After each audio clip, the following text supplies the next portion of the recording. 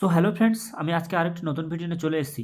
আজকে আমি দেখাবো যে আপনি ফোন থেকে কিভাবে ডিটিএইচ রিচার্জ করবেন বা আপনি যে ডিশ টিভি যেগুলো দেখেন টিভির জন্য সেটা কিভাবে রিচার্জ করবেন। বন্ধুরা, তার আগে বলে রাখি, ভিডিওটা যদি ভালো লেগে থাকে তাহলে প্লিজ চ্যানেলটা সাবস্ক্রাইব করে রাখবেন, কারণ আপনার একটা সাবস্ক্রাইব আমাকে ভিডিও করতে আরও মোটিভেট যোগাবে।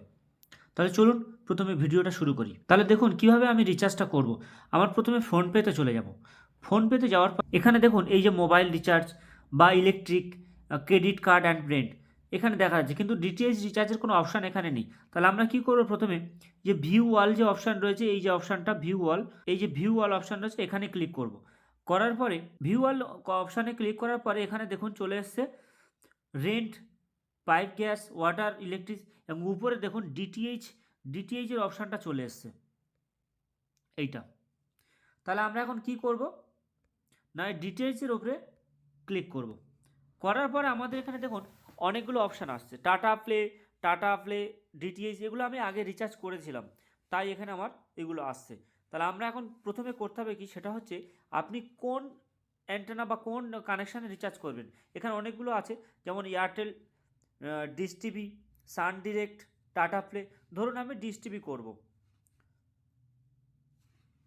এইটা করব, তাহলে আমার ওইটার উপরে ক্লিক করতে হবে।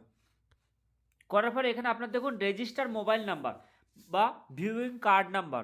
রেজিস্টার মোবাইল নাম্বার বলতে আপনি যখন ওই যে কানেকশানটা নিয়েছিলেন সেই সময় যে মোবাইল নাম্বারটা দেওয়া হয়েছিল ওটা ওদেরকে রেজিস্টার করা আছে, সেই মোবাইল নাম্বারটা দিতে হবে। দিলে তাহলে আপনার এখানে রিচার্জের অপশানটা চলে আসবে। তাহলে আমি এখানে নাম্বারটা দিয়ে দিই